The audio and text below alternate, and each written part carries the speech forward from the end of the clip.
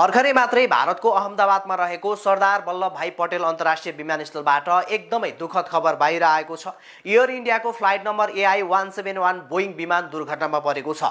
लगभग 230 जना यात्रु र 12 जना चालक दलको सदस्य गरी जम्मा 242 जना सवार रहेको उक्त विमान लन्डन जानको लागि उडेको थियो। तर विमानस्थलबाट टेकअप भएको केही मिनेटभित्रै 625 फिट उचाइमा उडिरहेको विमान अचानक 475 फिट प्रति मिनटको दरले तल झर्दै त्यही नजिकैको मेगानी नगरमा दुर्घटनामा परेको छ भने अहिले विमान दुर्घटनामा परेको लाइभ फुटेज भन्दै यो भिडियो जताततै भाइरल बनिएको छ। घटना भारतीय समय अनुसार आज दिउँसो 1:38 को हो भने अहिले घटनास्थलमा 7 वटा दमकल, एम्बुलेन्सहरू र NDRF का सदस्यको टिमहरूले उद्धार कार्य जारी राखेको छ। हामीले यो भिडियो तयार पारुन्जेलसम्म दुर्घटनामा परि मृत्यु हुनेको एकिन संख्या यति नै हो भन्ने अथवा तथ्याङ्क बाहिर आएको छैन। तर 50 जना भन्दा बढीको मृत्यु घटनास्थलमै भएको भन्ने प्रारम्भिक रिपोर्ट बाहिर आएको छ भने 50 जना भन्दा बढीको शव पनि त्यहाँबाट निकालिसकेको भन्ने रिपोर्टहरू आएको छ र केही घाइतेहरूलाई उद्धार गरेर नजिकैको अस्पतालमा उपचारको लागि पठाइएको भन्ने रिपोर्ट पनि बाहिर आएको छ।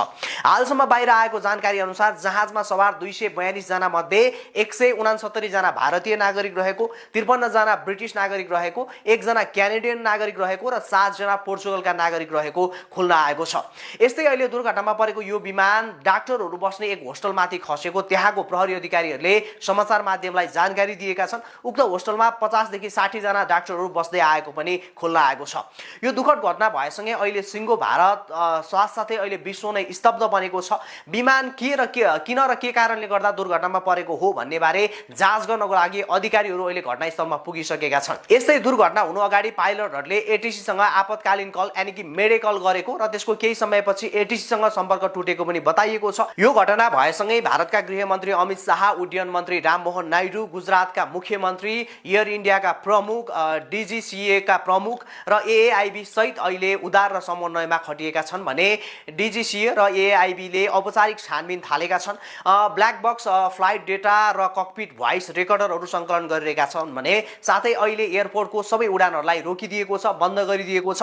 यस्तै अहिले एयर इन्डियाले परिवार सहायता केन्द्र स्थापना गरेको छ र यस्तै आजको एयर इन्डियाको यो विमान दुर्घटनामा छोरी भेट्नको लागि लन्डन जाँदै गरेको गुजरातका पूर्व मुख्यमन्त्री विजय रूपानी पनि सोही विमानस्थलमा भएको भन्ने कुरा खुल्न आएको छ भने उनको अवस्थाबारे अहिलेसम्म एकिन तथ्य बाहिर आउन सकेको छैन, यानि कि उनी जीवित छन् या उनको मृत्यु भयो भन्ने कुरा बाहिर आएको छैन।